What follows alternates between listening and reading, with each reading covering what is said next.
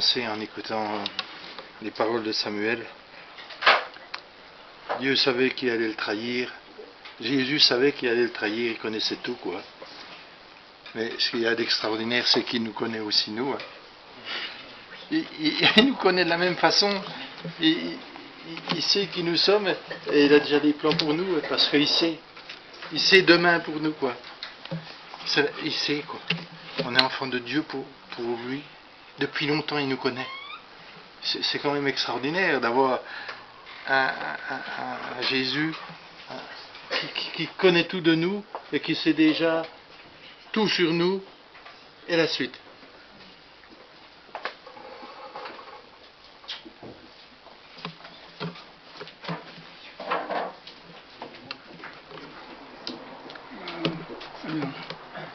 Il est bon. C'est bon. Le petit verre. Le petit verre. Alors bon, on est le temple du Saint-Esprit, mais il faut le remplir. C'est bonne chose. C'est pas le tout. C'est pas le tout d'être le temple du Saint-Esprit. On est là pour être rempli. Et nous avons besoin de la parole de Dieu. Nous avons besoin de notre frère Christian. Seigneur, je te remets mon frère Christian. Merci Seigneur pour ce que tu as mis dans son cœur et dans sa bouche et dans son esprit, Seigneur. Que ce soit pour nous, Seigneur, une eau de rafraîchissement, la source de vie, Seigneur. Ta source de vie. Nous avons besoin, Seigneur, de vivre avec ta parole. Nous avons besoin de vivre avec ton Esprit Saint, Seigneur, qui est indispensable. Nous ne voulons pas être des temples vides, mais des temples remplis, Seigneur. Remplis de toi, Seigneur.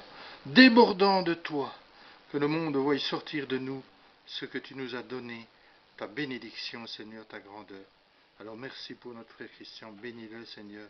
Nous attendons à toi. Amen. Amen, merci.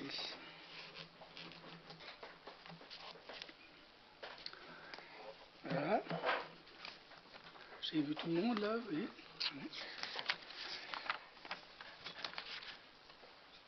Tout à l'heure, notre frère Samuel a dit quelque chose, il a dit tout ce qu'il a dit, c'était très important. Mais il y a une chose qui va correspondre avec le message, de ne pas oublier. Et l'homme, c'est vrai que l'homme oublie vite les choses, et c'est pour ça qu'il faut répéter, un rituel. Mais aussi il y a un autre rituel, c'est ce que Dieu a fait pour nous. Ne pas oublier ce qu'il a fait, si on veut voir encore des choses que Dieu va faire. Si on oublie, bien Dieu ne fera plus rien pour nous. En tout cas, on ne verra pas les choses que Dieu a en réserve pour nous. Donc ce matin, bien, je vais prendre un passage avec vous. Je vais mettre la lunette, parce que je ne vois pas. Voilà. Alors, s'il y a un titre, « Comment vivre un miracle ?» Alors, comment vivre, ça veut dire qu'il y a quelque chose à faire, ça veut dire qu'il y a une notice, comment faire. Si on prend un médicament ou quelque chose, on doit déjà regarder ce qu'on doit faire ou pas faire. Sinon, eh bien, on risque d'avoir des problèmes. Et dans notre vie, eh c'est pareil, avec notre Dieu, eh bien, on a des choses à faire si on veut voir un miracle se produire. Dieu n'est pas avare, il veut que nous soyons comblés de ses bienfaits. Il en réserve de grandes choses pour chacun de nous, mais nous, on a quelque chose à faire. Mais parfois, Dieu agit sans même qu'on ait prié, sans même qu'on ait demandé, parce que, bien, on était ignorant de ce qui allait nous arriver, mais Dieu, il connaît tout. Et certaines fois, Dieu agit sans qu'on... Mais Dieu, dans son amour, nous révèle ce qu'il a fait pour nous. Et c'est à nous de se rappeler, et dire merci Seigneur, c'est vrai. Là, si j'avais fait ça, eh bien, je serais peut-être mort, je serais peut-être... Voilà. Donc, Dieu ne nous laisse pas ignorants dans certaines choses. Les croyants du Nouveau Testament vivaient sur le terrain du miraculeux, chaque jour, au quotidien. Aujourd'hui, il n'y a plus cette simplicité, en tout cas pas beaucoup. C'est vrai que les disciples, eh bien, ils étaient avec Jésus, tous les jours ils marchaient, ils voyaient, chaque jour ils voyaient des miracles. Eux-mêmes, ils ont fait aussi des miracles. Jésus leur a dit « Allez ». Et ils sont revenus tout joyeux en disant les démons, on chasse les démons, on guérit les malades, tout. Voilà. Donc je vais prendre Matthieu 14, 22, 33. Je vais le lire. Aussitôt après, il obligea les disciples à monter dans la barque et à passer avant lui de l'autre côté, pendant qu'il renverrait la foule. Quand il l'eut renvoyé, il monta sur la montagne pour prier à l'écart. Et comme le soir était venu, il était là seul. La barque, déjà au milieu de la mer, était battue par les flots, car le vent était contraire. À la 4e veille de la nuit, Jésus alla vers eux, marchant sur la mer. Quand les disciples le virent marcher sur la mer, ils furent troublés et dirent « C'est un fantôme !» Et dans leur frayeur, ils poussèrent des cris. Jésus leur dit aussitôt « Rassurez-vous, c'est moi. N'ayez pas peur. » Pierre lui répondit « Seigneur, si c'est toi, ordonne que j'aille vers toi sur les eaux. » Et il dit « Viens. » Pierre sortit de la barque et marcha sur les eaux pour aller vers Jésus. Mais voyant que le vent était fort, il eut peur. Et comme il commençait à s'enfoncer, il cria « Seigneur, sauve-moi !» Aussitôt Jésus étendit la main, le saisit et lui dit « Homme de peu de foi, pourquoi as-tu douté ?»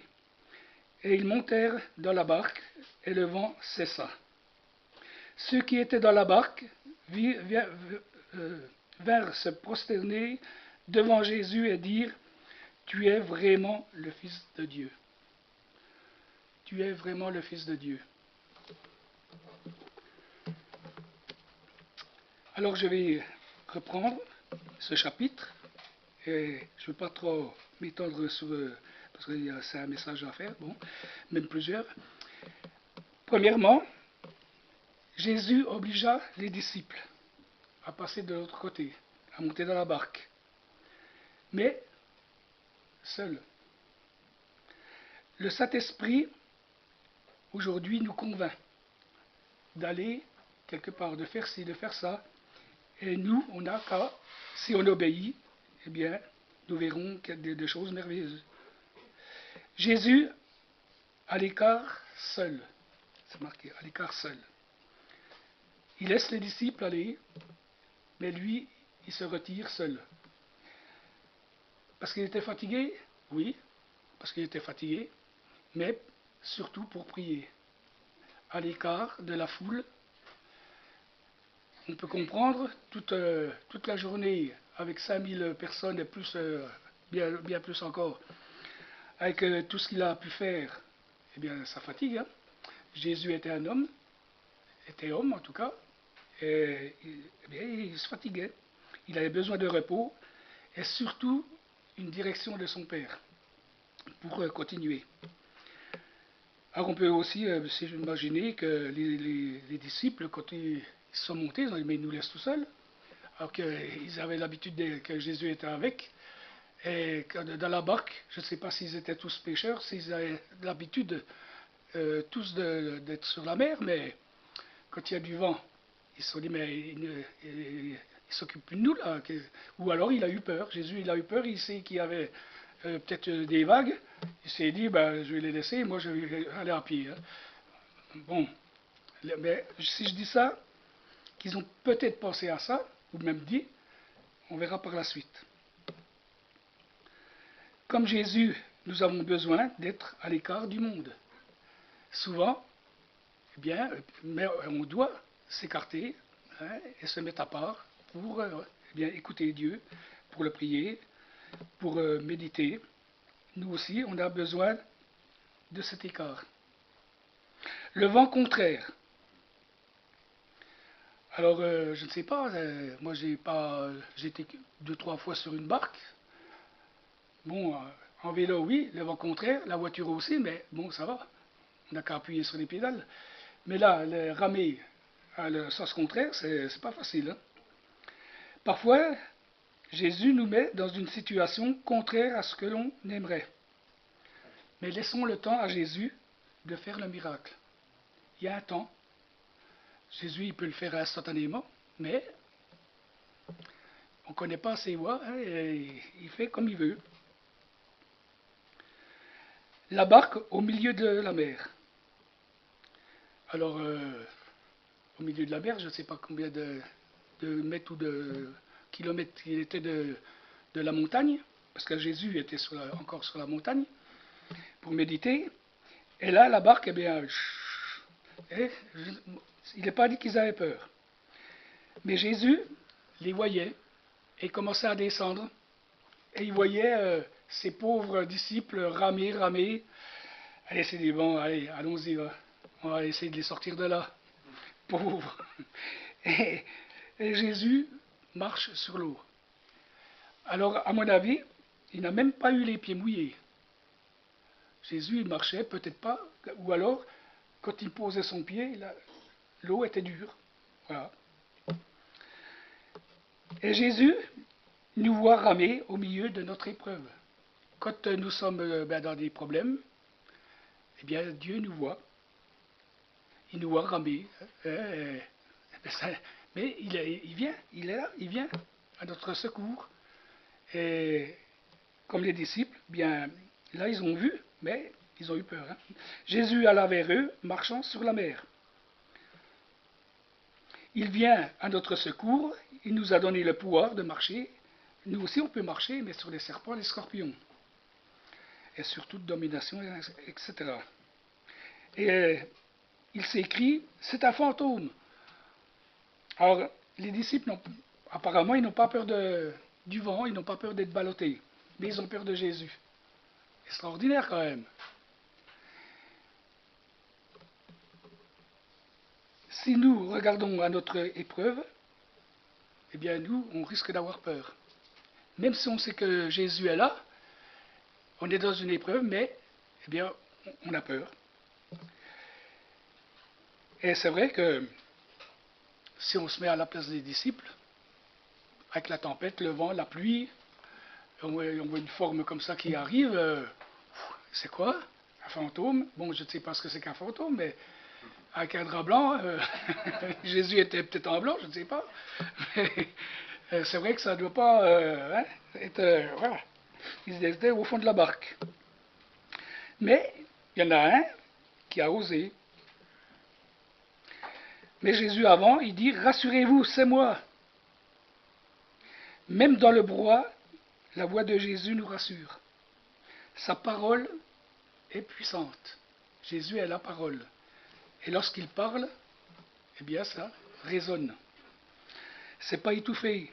Même s'il y a du bruit, même qu'il y ait n'importe quoi, la parole de Jésus, eh bien on l'entend. Et elle nous rassure. Alors c'est vrai que il dit rassurez-vous, c'est moi. Mais qui? Il n'a pas dit Jésus. Donc ils ont reconnu Jésus, pas en le voyant, mais à la voix. Sinon, il aurait pu dire c'est moi Jésus. Mais non, il a dit c'est moi. Il laisse encore mijoter un peu. Jésus dit à Pierre, viens. Pierre sortit de la barque, presque il bondit, et le miracle s'accomplit. Voilà le commencement. Le miracle s'accomplit. Pourquoi? Parce qu'il n'a pas regardé aux circonstances. Pierre, il a entendu, la voix de Jésus vient, ça suffit. Et lui, eh bien, il est sorti de cette barque. Mais les autres, est-ce qu'ils ont vécu ce miracle? Non. Il n'y a que Pierre. Les autres, ils voyaient Pierre qui commence à se lever, et puis il dit à Jésus, dis-moi quelque chose pour que je vienne. Et puis Jésus lui dit, viens, mais les disciples, mais arrête Pierre, mais qu'est-ce que tu vas faire? Tu vas quand même pas sortir, tu vas t'enfoncer, tu vas te noyer, tu sais même pas nager. Et puis Pierre, il n'a pas écouté, et il a marché. Et nous, il y a certaines fois, lorsque Jésus nous convainc de quelque chose, et qu'on est vraiment, on va le faire, il y a souvent, pas des païens, hein, je ne parle pas de païens, là il n'y avait pas des païens, c'était des disciples. Eh bien, ils ne veulent pas nous rassurer, eux, ils nous découragent. Mais qu'est-ce que tu vas faire? Mais arrête-toi, comment c'est de la chance, c'est quoi? Tu vas pas quand même faire ça, tu vas avoir des problèmes. Et tout de suite, eh bien, nous, si on ne met pas le pied en dehors de ça, eh bien, on risque de couler ou de ne pas avoir de miracle du tout. Parce que, eh bien, Pierre, lui, il est sorti. Et nous devons sortir de ce milieu-là, de ne pas écouter ces personnes, mais d'écouter simplement la voix de Jésus. Sauve-moi. Alors Pierre, bon, bien sûr, il marche. Mais pourtant, il a bien vu que ça marchait. Il marche, mais ça marchait. Bon. Ça marche, ouais, ben, je marche, voilà, sur l'eau. Mais il lève les yeux, il voit une vague qui arrive, et là, alors que Jésus était là à côté de lui. Il le regardait, peut-être comme ça. Ah, il marche bien quand même. Hein? Et puis, il s'enfonce. Sauve-moi! Mais Jésus est là, pourquoi que tu cries? Pas besoin de crier quand Jésus est près de nous. Est-ce que Jésus l'aurait laissé couler parce qu'il n'avait pas crié? Ben non, il a déjà la main tendue. Il est juste, oui, à tendre la main. Et puis, et nous, des fois, c'est pareil. On crie, mais Jésus, il est là. Il dit, ben je t'entends. Pas besoin de crier. Je connais déjà tout, je sais tout. Le vent, c'est ça. La présence de Jésus est suffisante. Simplement. Jésus n'a même pas menacé le vent ou la tempête comme un autre chapitre. Il n'a même pas dit cesse, ou bien voilà, arrête. Il n'a rien dit, simplement de monter dans la barque avec Pierre, ça s'arrête. Alors c'est aussi extraordinaire. Et là, les disciples, ils voient ça aussi. Bon, ils ont vu Pierre s'enfoncer, ils ont dit, oh, ben, heureusement qu'on n'était pas avec. Peut-être, on a bien fait de rester dans notre coin. Mais ils n'ont pas vécu quand même ce miracle, parce qu'il a quand même marché sur l'eau. Les disciples se prosternèrent et reconnurent que Jésus est le Fils de Dieu. Alors là, quelques heures avant, c'est la multiplication des pains et des poissons. Les disciples sont avec Jésus, ils voient, ils ont marché avec Jésus pendant des jours, je ne sais pas, peut-être un an, peut-être un mois, je ne sais plus, je ne sais pas. Mais tous les jours, ils ont vu la gloire de Dieu. Les miracles, ils en ont fait. Ils étaient avec Jésus, et là, quelques heures avant, ils voient un miracle extraordinaire. Comment Jésus fait? Il marche sur l'eau devant eux, et là, ils reconnaissent seulement que Jésus est le Fils de Dieu. Après toutes ces années. Et nous, des fois, c'est pareil, Dieu agit dans notre vie, beaucoup de fois, mais quand il nous arrive une petite tuile, et puis que ça ne marche pas trop, on prie, mais rien, ben, tout de suite, ben, voilà, s'il était Dieu, certains disent, hein, s'il était Dieu, ben, voilà, c'est fini, ils oublient que Jésus était homme, mais le Fils de Dieu. Alors, maintenant, on va faire autrement. Je vais vous dire un témoignage. C'est pareil. Alors donc là, on a vu 3 miracles. Et je vais vous donner un témoignage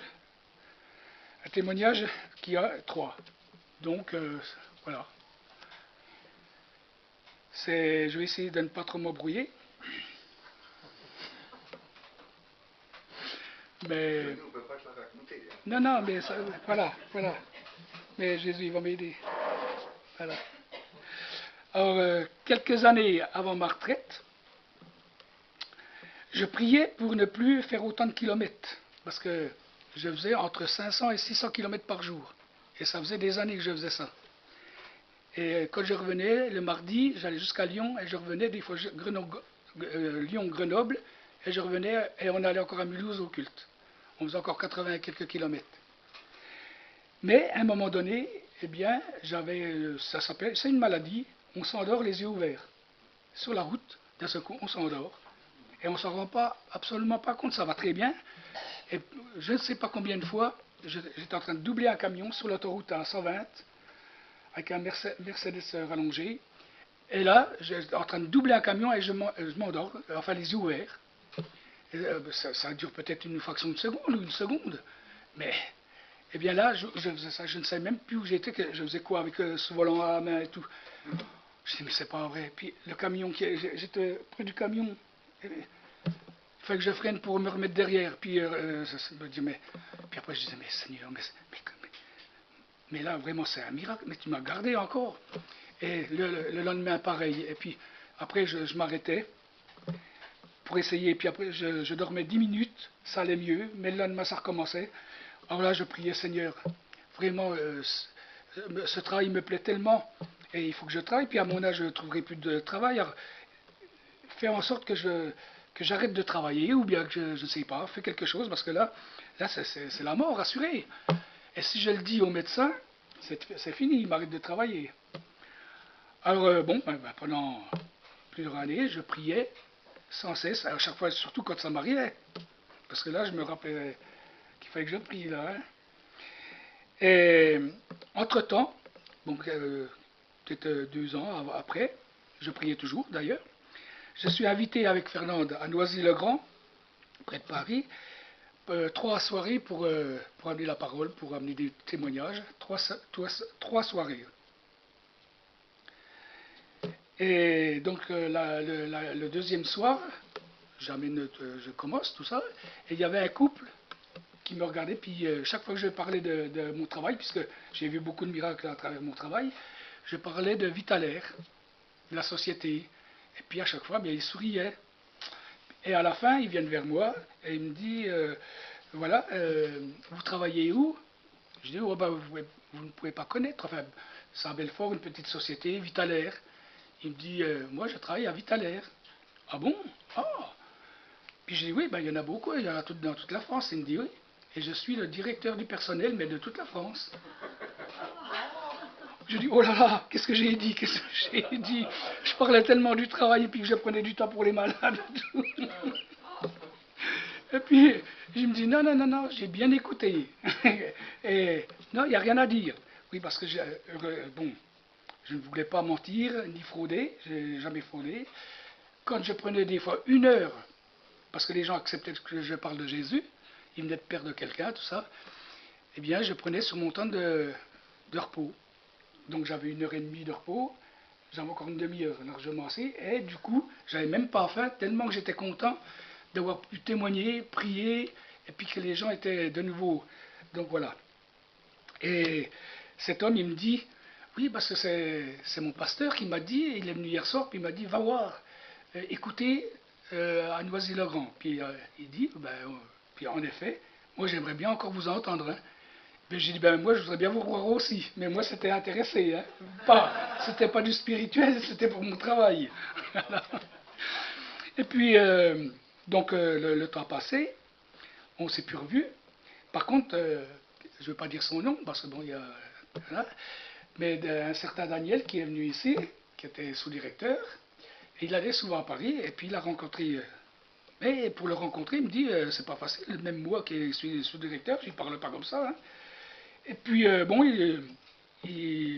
jour, ils se sont rencontrés réellement à table, et puis il lui a dit, oui, je connais très bien Christian Ballard, oui, oui, je le connais très bien, aussi bien Daniel que cet homme. Et ensuite, à Belfort, on a eu un nouveau directeur. Mais oui, mais là, il faut que je... Voilà, ça après. On aurait dû nous la raconter avant, après. Alors, bon, attendez. Voilà.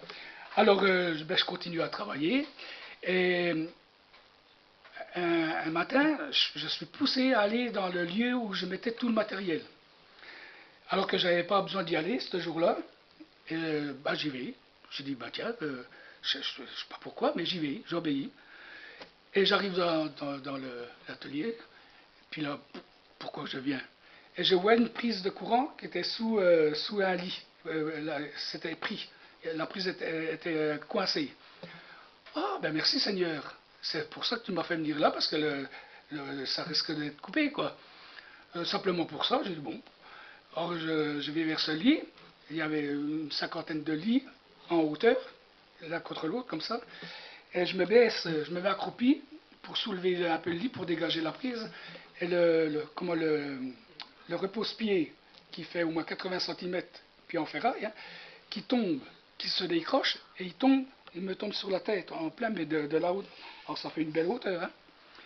Mais alors, j'ai eu un truc électrique de là jusqu'aux orteils. Une décharge électrique. Et je commence à hurler, Seigneur, Seigneur, Seigneur. Puis je n'osais même pas le mettre, je croyais que j'avais un trou, le crâne ouvert complètement. Je ne voulais même pas essayer de toucher. Et puis, alors, je voulais pas mourir devant les lits, là, parce qu'il y a la porte qui était plus loin. Je voulais mourir, mais devant qu'on me voit au moins, parce que j'avais fermé la porte à clé. Alors, j'ai dit, oh non, je ne vais pas mourir là, je ne vais pas mourir. Pardon Seigneur, pardon si j'ai fait quelque chose. Et j'ouvre la porte, je dis, non, je peux mourir là. On me trouvera au moins. Et puis, quelques secondes, je dis, mais vous faites, j'ai pas mal, je me suis pas évanoui, pourtant, qu'est-ce que j'ai reçu? Alors j'ai commencé à toucher, mais il n'y a rien, pas de sang, il n'y a rien du tout, mais pas de bosse, rien. Et j'ai commencé à courir, trottiner, disons, c'était grand, hein, c'était un grand hall.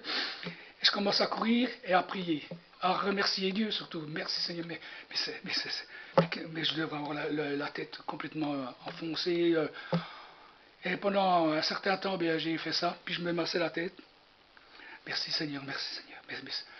Mais aussi, mais au fait, Seigneur, mais pourquoi tu m'as envoyé là? Pour prendre le lit sur la tête? Alors, c'est quand même. Et puis, après, j'avais rien. J'étais en pleine force. J'ai continué à aller dans l'atelier pour voir s'il y avait quelque chose à faire. Et après, je suis retourné à l'atelier, au magasin. Et puis, il restait plus qu'une secrétaire. Puis, j'ai expliqué ce qui m'était arrivé. Puis, comme j'y parlais souvent de Jésus, ce qu'il faisait, elle m'a cru, elle m'a dit, ah oui, mais il ne faut pas que tu restes comme ça, il faut vite aller aux urgences. Hein, parce qu'il y en a, des fois, c'est le lendemain qui tombe puis il meurt. Hein. Puis je dis, ben oui, mais il est trop tard, je veux pas, puis il faut faire les papiers, tout ça. Je dis, ah non, j'irai demain. Et puis le lendemain, je vais au bureau pour faire des papiers d'accident. Et le chef, il me dit, ben oui, mais il y a une livraison à faire urgence, j'ai personne. Eh bien écoute, je vais faire la livraison, puis j'irai aux urgences en même temps. Alors, donc je suis arrivé aux urgences, le médecin, j'y explique. Puis alors il me touche la tête, il me dit, mais vous n'avez rien. Ben non, je vous l'ai dit, j'ai rien. Mais vous vous rendez compte de ce que j'ai pris sur la tête? Passez-moi une radio, quelque chose. Mais vous n'avez rien, je ne vais pas vous passer une radio. Ah, j'ai compris, vous voulez un jour. Vous voulez des jours de repos. Je dis, mais on est au milieu de la journée, puis j'ai déjà travaillé. Je veux pas puis c'était le vendredi. Je dis, je ne veux pas de jour, je veux que vous me passiez une radio. Non, non, non, vous n'avez rien. Allez, vous pouvez partir. Ben, je pars. Et le lendemain, j'étais en train de bricoler à la maison, dehors. Et puis là, bloqué. J'étais complètement paralysé. Je ne pouvais pas parler, rien. Comme ça. Il y avait un valet qui était à côté de moi, j'ai pu le prendre. Puis pour aller juste il y a quelques mètres, pour aller dire à Fernande, je tapais. Puis après, j'ai pu tout de suite parler. Puis elle me dit, ben, on va appeler le SAMU. Puis je dis, non, mais ça va mieux là, ça va. Non, non, non, je vais aller voir le médecin. Et puis, c'était à 2-3 km, donc je vais voir le médecin, qui avait l'habitude de moi, ça faisait des années, c'était mon médecin. Je lui explique encore, elle me touche la tête, elle me dit, enlevez votre maillot. Elle me dit, ben, monsieur Ballon, c'est fini, vous ne travaillez plus. Mais, pourquoi? Ben, parce que vous allez passer un IRM pour votre dos. Je dis, mais je ne suis pas venu pour mon dos, j'ai rien au dos. C'est ma tête. Mais passez-moi, faites-moi un papier pour passer une radio. Moi, je commençais à paniquer. J'ai dit, mais je vais peut-être, là, j'étais paralysé, et puis je vais avoir peut-être un caillou dans le cerveau, tout ça. Elle me dit, non, non, votre tête, il n'y a rien. Non, non, c'est votre dos. Et puis donc j'ai passé à IRM. Il me dit, ben, monsieur, c'est fini, il faut surtout plus travailler. Vous avez quel âge? Vous avez travaillé combien d'années? Ben, ça va bientôt faire 40 ans. Eh bien, vous pouvez avoir la pré-retraite. Ben oui, mais la pré-retraite, pour l'avoir, c'est dans les grandes entreprises. Et j'ai que 54 ans, même pas, 53 et demi. Ah, bon. Eh bien, écoutez, je vais vous faire une lettre, puis donnez-la au médecin du travail. Le médecin du travail n'a pas voulu m'arrêter. Enfin, il voulait que je continue à travailler, voilà. Il me dit, vous n'avez rien, puis c'est tout. Et le nouveau directeur, il y avait un nouveau directeur qui venait d'arriver quelques jours avant, puis il voulait tout transformer à Belfort. Et puis il a convoqué chaque ouvrier. Et puis il me dit, monsieur Ballon, j'ai un problème avec vous, parce que vous, vous n'avez aucun diplôme, mais vous faites le travail d'un technicien. Et puis moi, je ne suis pas d'accord avec ça, mais je ne sais pas quoi faire avec vous. Il me dit, vous avez quel âge, tout ça? Alors, ben, j'ai dit, ben, je pourrais avoir la pré-retraite, mais ici, je ne peux pas l'avoir. Eh bien, écoutez, moi, je vais bientôt, cette semaine, là, je vais à Paris pour rendre compte de ce que j'ai prévu de faire à Belfort. Et puis, je parlerai de votre cas. Ah, ben, je dis, bon, ben, écoutez, en attendant, eh bien, restez chez vous, puisque elle vous a mis un mois. Et puis, si ça ne va pas, ben, elle vous remet des jours. Donc il est allé là-bas. Quand il est revenu, il m'appelle, il me dit voilà, monsieur Ballon, c'est d'accord. On vous accorde la pré-retraite avec une petite prime. Et il me dit voilà, j'ai le directeur là-bas, bien, il a été tout de suite d'accord. Et j'ai appris après que ce fameux directeur qui était d'accord, c'était celui qui était venu écouter l'évangile. Alors, il n'y a pas de hasard avec Dieu. Et en même temps, eh bien, la prière, pendant des années, Dieu l'a entendu, bien sûr, et en même temps, il m'a protégé combien de fois. Mais il attendait peut-être le moment là, hein, voilà, qu'il m'a envoyé aussi à Paris, alors que ce n'était pas prévu du tout. C'est quoi? Mauvaise. Donc alors, oui, ben, je vais aller un peu moins vite alors. Ce que tu n'as pas dit, c'est que tu priais aussi pour qu'on puisse faire de l'humanitaire après. Oui, voilà, donc après j'ai pu. Ben oui, sinon, c'était pas pour me reposer. Voilà, ensuite, eh bien, le dos, ça allait très bien. Le rhumatologue m'a dit, si vous ne faites pas trop d'efforts d'apporter des choses lourdes, mais où il faut bien porter, eh bien, ça n'ira pas plus loin. Mais ne faites pas, voilà, sinon, mais on ne peut pas vous opérer, c'est pas opérable. Donc soyez ben, sage avec votre corps, et puis vous verrez que ça ira très bien. Et là, j'ai eu cette pré-retraite, eh bien, à 54 ans. Ça a été accordé, enfin, avec il a fallu faire beaucoup de choses quand même, les papiers et tout. Et à 54 ans, j'ai eu ma pré-retraite. Et là, ça va faire 18 ans, dans une quinzaine de jours, 18 ans que je suis en retraite. Bravo, ça. Ah, tu voudrais bien, hein? Tu es endormi sur la route en faisant l'humanitaire? Non, non. Après, il n'avait plus rien. Non. Batterie, Christian, 52 et demi. Après, il n'avait plus rien. Comment? 52 et demi. Toi? C'est pas vrai. T'es chômeur pendant 8 ans. Ah d'accord. Mais oui, et ensuite, quand je partais, pourtant c'était en Bulgarie, on mettait 2 jours. Hein, et on roulait 4 heures chacun, parce qu'on était que 2. Alors bon, des fois on était 3, mais c'était quand même pas facile de faire 2000 km, même plus, à 3. Hein, parce que là, ça sentait quand même un peu les pieds des fois. Mais donc Dieu connaît tout, et il savait, je priais aussi, Seigneur, j'aimerais avoir plus de, quand je serai en retraite, alors là j'aurai plus de temps pour aller encore plus loin, puis ne pas me presser pour revenir, parce que le copain était en retraite aussi, et donc on pouvait, parce que des fois c'était 2 jours à la douane qu'on restait, c'était pas prévu, alors, donc puis aller voir plein, ouais, donc il fallait le temps. Et donc, bien, j'ai pu faire pendant des années l'humanitaire dans tous les pays, et aussi pour Israël, pour nettoyer les lieux, j'avais le temps, voilà, et faire une équipe. Alors, on va refaire comme tout à l'heure. Donc là, je vais aux urgences, vous n'avez rien. Alors que j'avais réellement quelque chose, mais il dit, vous n'avez rien. Le médecin, il me dit d'enlever mon maillot, et c'est le contraire. Comme tout à l'heure, le vent contraire, c'est le contraire de ce que je pensais. C'est la tête, non, c'est votre dos. Alors là, le médecin du travail refuse de m'arrêter. Non, non. Là, je ne vois pas du tout comment je vais y faire. Le nouveau directeur à Belfort, eh bien lui, eh bien Dieu agit avec cet homme-là.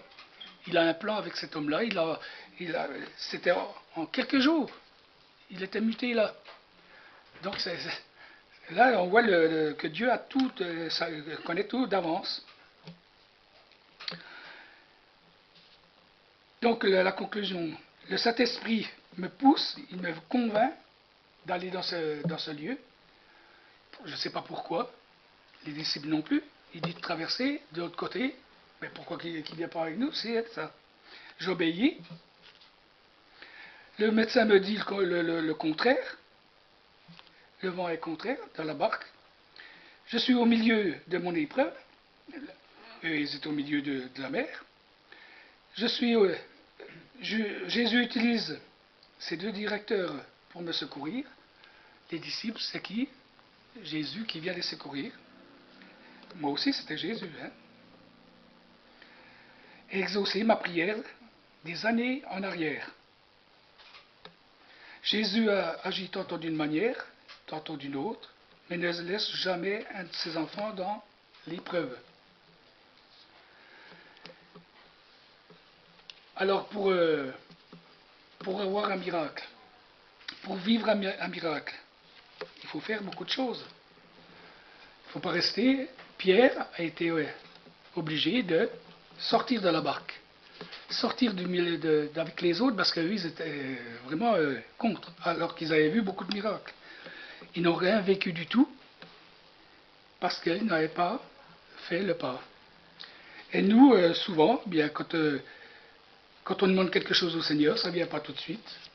Et bien tout de suite, eh bien, on râle, on dit on arrête de prier. Ou alors on a vécu quelque chose de grand, mais on l'oublie, on ne le partage pas trop. Et c'est vrai que des fois ça peut énerver. Pendant un temps, je témoignais tellement, je voyais un petit peu que ça agaçait quand même. Alors je me suis dit, je vais pas m'arrêter quand même, mais ralentir.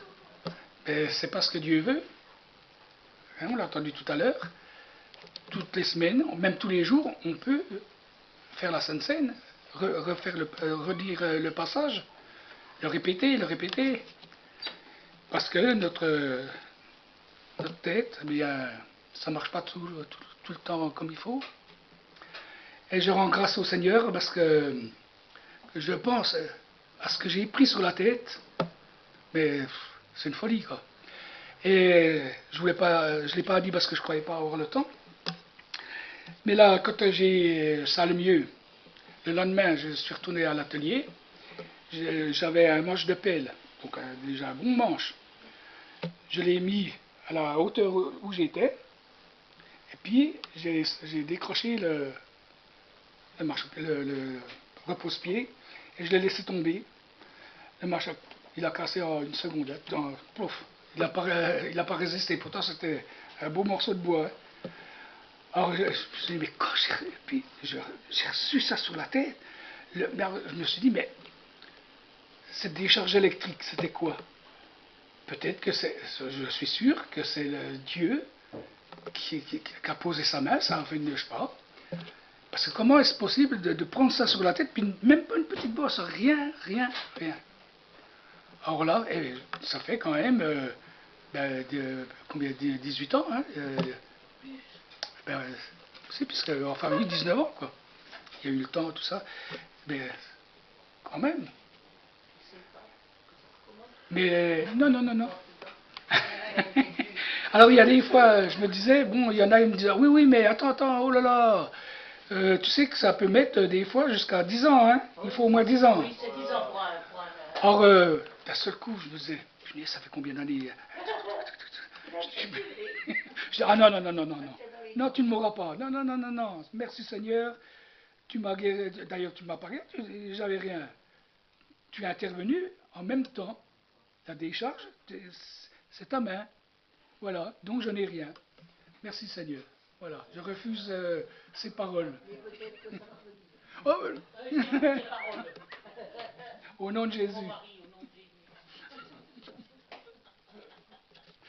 Non, non, non, c'est fini. Et là-haut, le Seigneur, il va me montrer mon crâne. Il a pris des radios, il va me dire, regarde, il y a les traces quand même, pour te montrer qu'il y a eu quelque chose.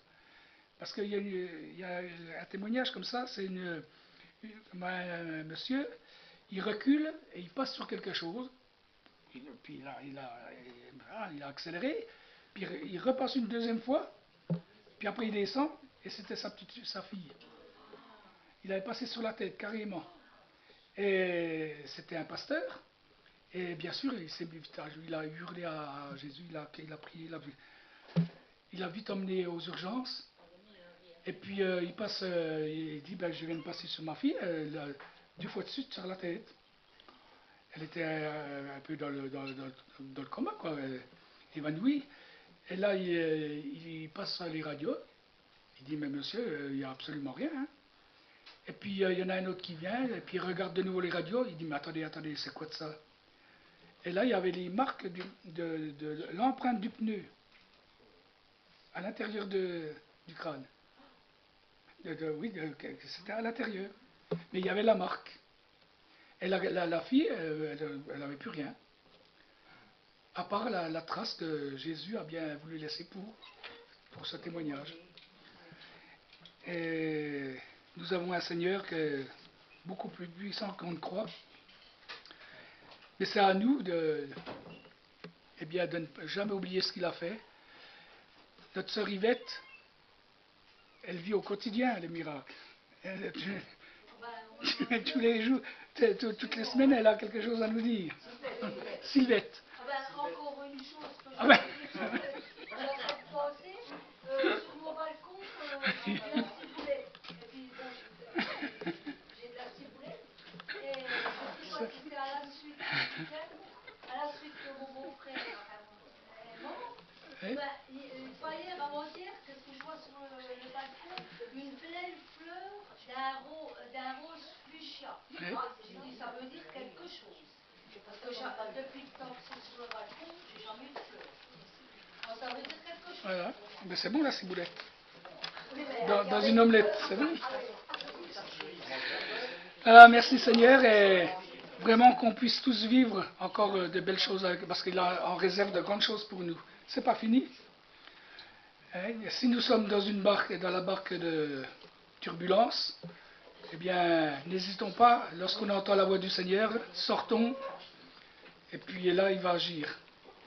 Et bien sûr, chacun de vous tous, vous pouvez faire témoigner, comme vous avez beaucoup de témoignages aussi.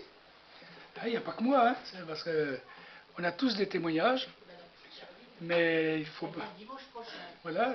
Il l'amène ici dimanche prochain, mais elle ne peut pas pour rester parce que pendant longtemps, elle ne coupe pas, tout va bien.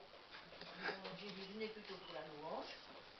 Parce que le message, C'est 32 heures. Ouais. Que le Seigneur vous bénisse, qu'il nous bénisse. Et soyons prêts à vivre encore de grandes choses. Mais de toute façon, sur cette terre, c'est même pas une poussière. Même 100 ans, c'est même pas une poussière par rapport à l'éternité. Il n'y a aucune mesure. Et pour Dieu, 1000 ans, c'est un jour. Donc, il y a 2 jours, Jésus était là. Enfin, sur la terre, en tout cas. 2 jours. 2 jours et 1 seconde. et 2, Donc, ça nous rassure. Et nous, notre joie, c'est d'être assis avec lui ou debout. Mais en tout cas, pour le louer, l'adorer éternellement, et tous ensemble.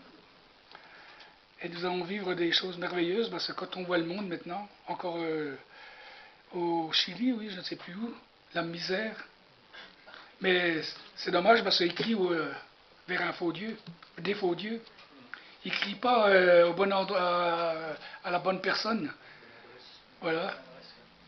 Ils ont beau changer de pays, et c'est toujours c'est pas le bon encore. Alors vraiment tous ces gens puissent rencontrer le Seigneur, que l'Esprit de Dieu se manifeste sur ces gens-là, qu'ils enlèvent le voile. Sur le Venezuela. Oui, ouais, bah, de toute façon maintenant c'est dans le monde entier, on ne sait plus. Dans tous les pays, il y a la misère, il y a tout ce qu'on veut. Et remercions Dieu pour notre pays, qu'on vit encore, qu'on peut encore parler de Jésus librement. Parce que ça peut-être que, mais on ne va pas être négatif, on va croire que ça va être jusqu'à la fin, qu'on va pouvoir parler de Jésus. Voilà. Ben, voilà. Seigneur, nous te bénissons, nous te remercions pour toutes tes grâces, tes bontés. Seigneur, le premier miracle, eh bien, c'est de nous avoir cherchés. Parce que tu nous as aimés le premier, tu nous as choisis. Et tu n'as pas endurci notre cœur, parce que nous sommes venus à toi. Et Seigneur, autant d'années qu'on peut être avec toi, eh bien, il n'y a aucun regret, au contraire. C'est toujours vraiment une joie de savoir eh bien, que tu es près de nous, que tu connais tout, tu sais tout, tu es le maître de tout élément. Tu es le maître sur les eaux, sur la terre, sur tout ce que tu as créé, c'est toi le maître, Seigneur. Il n'y a rien qui puisse venir entraver tes bénédictions, ce que tu veux faire pour chacun. Merci Seigneur Jésus, merci pour ton sang versé à la croix, pour la résurrection, parce que tu n'es pas resté dans la mort, et nous, eh bien, tu dis que nous ne mourrons pas. Notre corps périra, mais notre esprit et notre âme, eh bien, sera avec toi. Merci Seigneur. Louange et gloire à toi. Tu bénis mes frères et sœurs, et que nous puissions vivre encore de grandes choses avec toi. Amen.